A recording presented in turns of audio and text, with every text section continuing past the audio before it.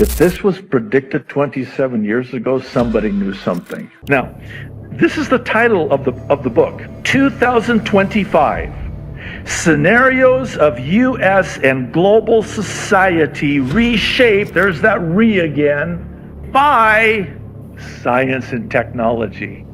You know what's so fascinating about this? It was published 27 years ago in the year 1997, and it was funded, well funded, by a Washington, D.C. think tank and 3-letter government agencies. But here's the thing, 1997, 27 years ago, and they write a book about a 502-page book about what the world's going to be. Okay, you ready for the list? Fast mutating viral disease pandemics, genetically developed vaccines, smart IDs, 1997, and this is, you can do the word search and research yourself. They predicted, not 2025, but by 2020, that people would be working from home virtually. Come on. Listen, that's World War III, of course. Nuclear devices causing widespread contamination. Nanotech devices. This stuff was never even heard of. Digital currency. Vaccination programs run by organizations like the World Health Organization for a global killer that has yet to emerge.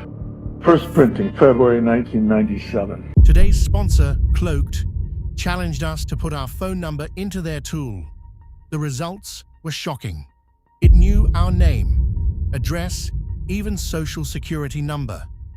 Data brokers are making billions selling your information to spammers, scammers, hackers, even stalkers.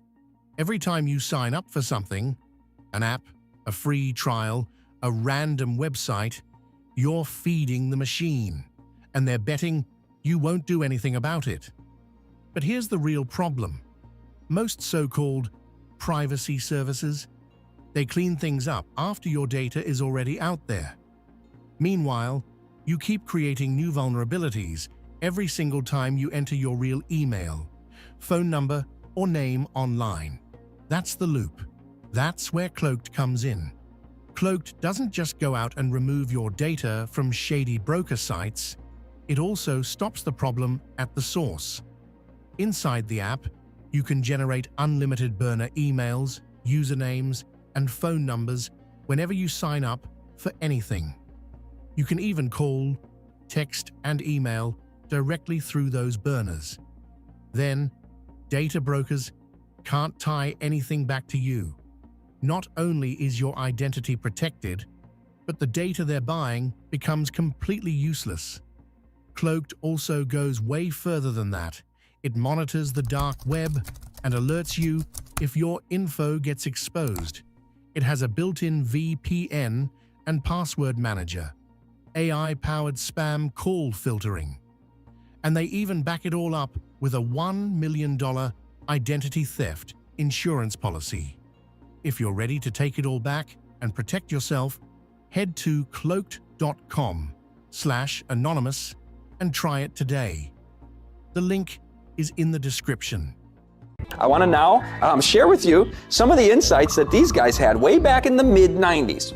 Again, this is a well-connected think tank in DC. They are funded and engaged with the wealthy corporations, the ruling class, the National Security Agency. And in 1997, they published this book, creatively titled 2025. And check this out. In the acknowledgments we read, our first thank you is to the sponsors, the people, and the organizations who made possible the original Project 2025 from which this book was created. What did they call it? It was called Project 2025. This book was published in 1997. 10 things to expect if this Project 2025 from the mid-90s turns out to be correct about the remaining items that have not yet transpired. And before I list them, I want to remind us, these are not just, throwing a bunch of stuff at the wall and see what sticks. I mean, it's like 90% track record here. And they may not be right about all these either. But here we go. Now brace yourselves, because if what you're about to hear ever becomes reality, things could get very ugly.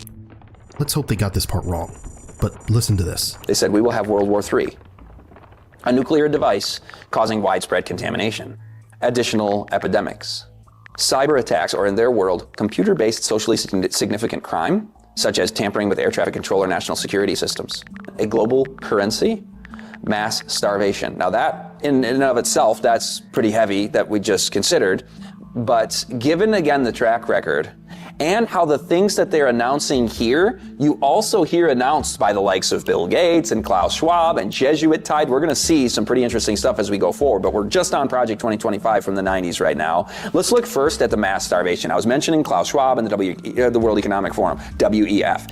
He stated, we're going to have an angrier world. In the context of food and energy scarcity, we are going to have an angrier world. Those are his words. And so when he talks about an angrier world, and in the same interview, Klaus says that this angrier world will be because of economic conditions, and that's why I see the need for a great reset. In fact, roll that clip right now, please. We have to prepare for a more angry world, and I see the need for action. I see the need for a great reset. There is a Obama-produced film, a movie, that came out called Leave the World Behind. Why did the Obamas get behind this film? The film, I won't be able to tell you that, but I can tell you what the film is about.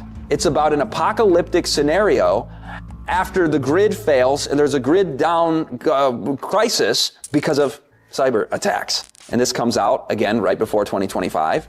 And then you go back to 2014 with the release of a video game, which also has scripts like movies do. And this Black Ops 2, major prominent video game, the script writers for it were consulting with that the Wall Street Journal calls the premier futurist in the national security space. So the top Pentagon futurist was consulted for the script on this video game. And what is the script for the video game? Well, the object of the game is to prevent a cyber attack in the context of a new Cold War with China. And guess what year this video game is set? And again, this came out in 2014, and the video game is set in 2025. So we're starting to see kind of a pattern here, are we not? We look at World War III, and we look at their predictions that a nuclear device causing widespread contamination will take place. This might sound outlandish, but keep in mind that since 1945, with the invention and using of the first atomic bomb, there have been, in Cold War history, 16 near-miss nuclear events. And historians and national security experts estimate that about 1%, you have about a 1% chance in any given year of having a nuclear exchange. A 1% chance, then over a 100-year period of time, you'd expect it once. If you get halfway through that, you feel like, we're living on borrowed time. Well, we're like 80% of the way through a 100-year period of time since 1945. So it's hard to expect the unexpected. It's hard to foresee that which our normalcy bias doesn't allow us to see as potentials. We lose imagination because we see only the thing immediately in front of us. But this is something that the Project 2025 futurists are saying to expect. And again, we see war, epidemics, starvation. Let's do it in the proper order from the Bible again. War, starvation, epidemics. Those are 3 of the 6 that are up there from that pale horse. Now the last 4 predictions that they make here, we got 10 things to expect if they're correct. Universal monitoring of business transactions. Smart ID cards. Now watch this. This gets even more interesting. Smart ID cards, including your religious and or organizational affiliations and perhaps with your genomic data. I had to take a picture of that segment out of the book, put it on the screen so you can read it for yourself. Identification cards will be universal.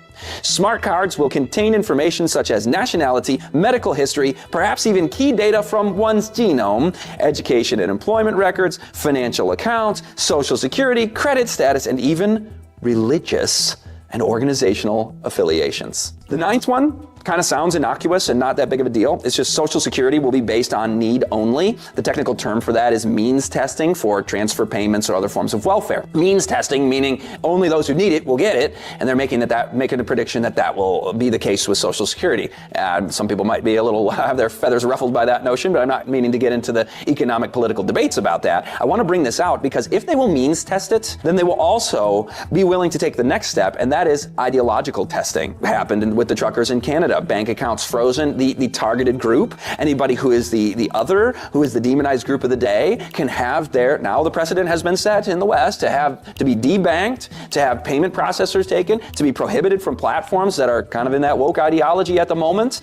And so the fact that they're saying, well, you're not going to get your check unless you need it, that can step right next to the next stop on that journey toward tyranny. You're not going to get your food, you're not going to be provided for in a context of scarcity and famine. This kind of leads right into another one while we're on number 9 about the Deagle Corporation. This was a major intelligence outfit that they were cited by and utilized by Stratfor, which is probably the biggest global intelligence corporation there is. And Stratfor cites Deagle, so they're a major player in intelligence developing and publishing.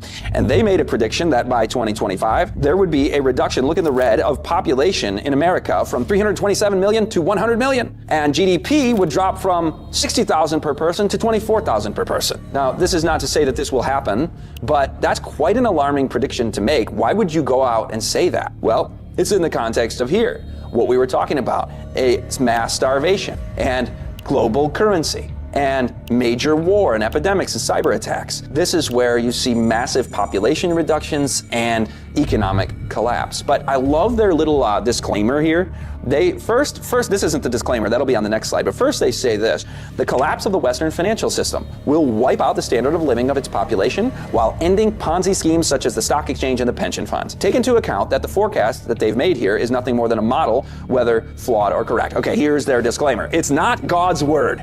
This is not God's word. This is not a magical device that allows us to see the future. Now, if you're planning the future and announcing what you're going to do ahead of time, then that's not a prediction. But these guys are just making predictions, and they're saying, you know what, this is flawed. This could not transpire as badly as we're seeing it, which makes me feel happy about that situation, about a population reduction of that magnitude and economic collapse. But whether it's going to happen or not isn't even so much the question as when. The Order is truly a secret society. It was founded in the United States at Yale University in 1833. It has continued and exists down to the present day. Each year, the Order takes in 15 men, senior students from Yale University. Never more than 15. Only once has it been less than 15. In 1946, they took in, I think, 10 rather than 15 members.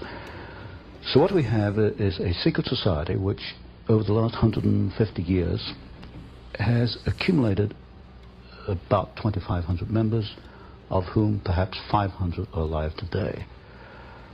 Of this 500, perhaps 100 are actively in pursuit of the objectives of the Order. It's not another college fraternal society. Yale University is the only university in the United States, or indeed the world, which has senior societies. These are societies where the 15 are selected in the junior year and actually are initiated at the beginning of the senior year. They stay on campus only 1 year as members. They are called knights.